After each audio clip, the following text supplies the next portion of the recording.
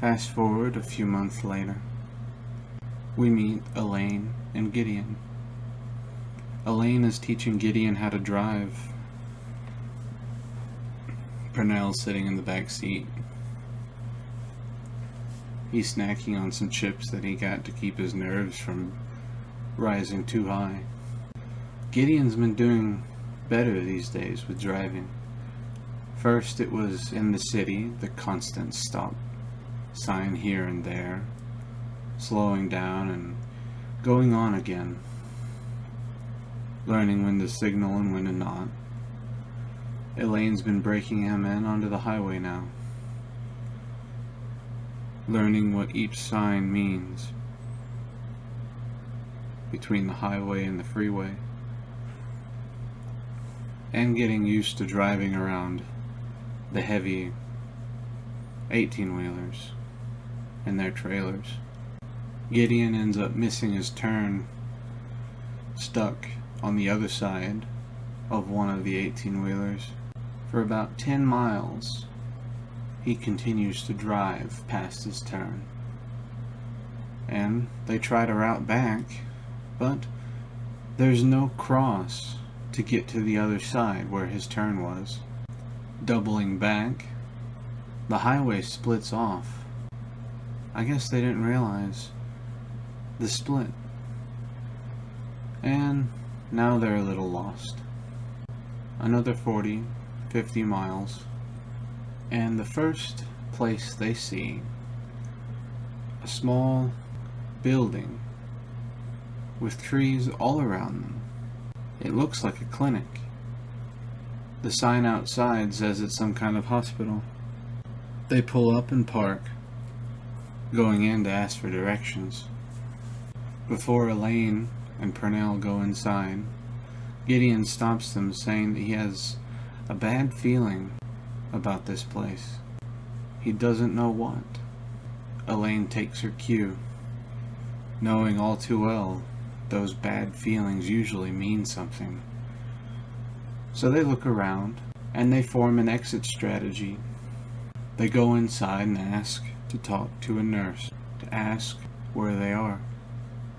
She says that one of the other nurses has a map, but she's on lunch break right now. If we sit and wait for a few minutes, she should be back, and she'll come out and show us the map of where we are and help us on our way. So Purnell, Elaine, and Gideon walk over to the far end of the lobby and sit down. Just on their left is the escape, just in case the bad feeling was right.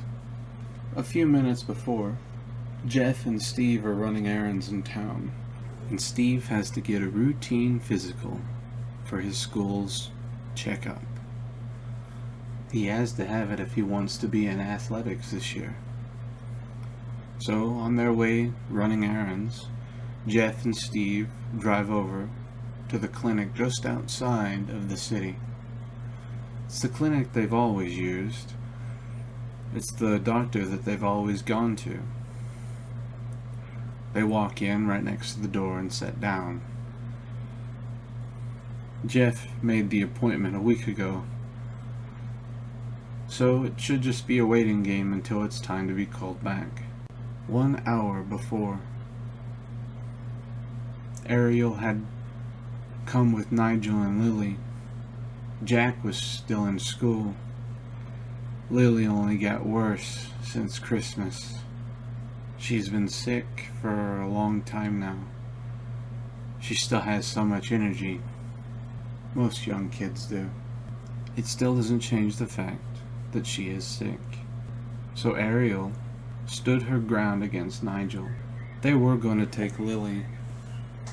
She wasn't going to get better. It's been too many months since she got sick. They need to check her out. They went to a small hospital outside of town, one that they were sure that their friends wouldn't be at. They didn't want to be seen in town, especially seen with Ariel as sick as she is. They thought it would be an embarrassment. And with how famous Ariel is and her connections, being sick would be an embarrassment to her, even if it were her kids. So they came in, paid off the nurse, and gave the young Dr. William a lot of extra money to see them quickly. There was no rush, and none of his other patients were in any serious condition. So he decided to take them back and check on the young Lily. Finally. Time. In the lobby, from left to right, is the Day family, sitting closest to the exit. Between them and the glass is Mr. and Mrs. Bruce and Marla Packett. Sitting closest to the nurse's window is the Cromwells. Lily's already back with the doctor. And sitting closest to the front door is Jeff and his son Steve. Between Jeff and the Packets is a dad and his 5 sons. He has been sitting there on his phone this whole time. His sons all need a physical, and he should have been next in line until the Cromwells took his place. He would be gone by now, if not for them showing up. The small white dog had been looking at Steve ever since they got there. Its beady little black eyes. They weren't all black. There was red in them. It was strange. It looked like a dog's face, but something about it seemed off. Like its face wasn't entirely on the way it was supposed to be. Steve couldn't make heads or tails of what was so off-putting about the dog. It sat proper. Maybe he was just paranoid. It was quiet the whole time. Maybe he was just seeing things. His paranoia continued to grow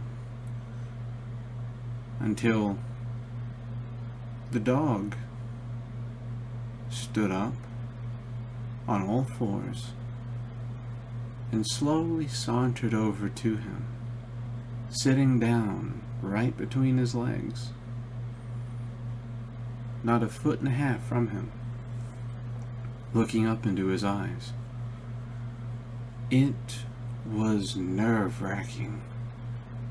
He couldn't explain it. He had been looked at a dog before, but never like this. It was like having a spotlight on you. The dog opened its mouth, showing its teeth, but didn't growl. Dogs don't do that. Not normally. Jeff saw this. It entrapped him away from his phone. Holding his phone in his hand, his eyes were locked between Steve and the dog. Ariel and Nigel seemed to not even notice that their dog had moved from where it was. And then all of a sudden, without warning, the dog jumped up to bite Steve. He had so much time to prepare. He was ready for this to happen. He had just never seen a dog attack in this manner. So proper and exact. He picked it up mid-air, pushing it out of the door, right next to where they were, and he pulled the door shut from outside. Still, Ariel and Nigel did not react. Jeff stood up, took his son by the arm. "Come on, we're leaving." They headed back towards the exit door that the Days were sitting next to. Ariel and Nigel showed absolutely no idea that their dog had just been shoved outside. And as Jeff and Steve headed for the exit, the 5 sons of the father that was sitting between them and the packets, they wandered outside the door. The dog sat on the other side of the street, waiting for those boys to follow him. And just as they began to cross the street, all 5 of them, one after another, as if the dog was waiting for them to line up, a truck passed by. The horn was loud enough that everyone in the hospital could hear. The truck could not stop in time, barreling over the 5 boys. It was so loud for those few moments. No one noticed that the doctor was being attacked in the hospital. When Gideon heard the door and saw Jeff and Steve leave, and then the horn and the scuffle in the back, it was time. His bad feeling had come to pass, and though he had not seen the tragedy that happened outside, it was time to leave. Purnell, Elaine, and Gideon locked hands, heading straight for the exit, rounding back around to their car. They got in and drove away.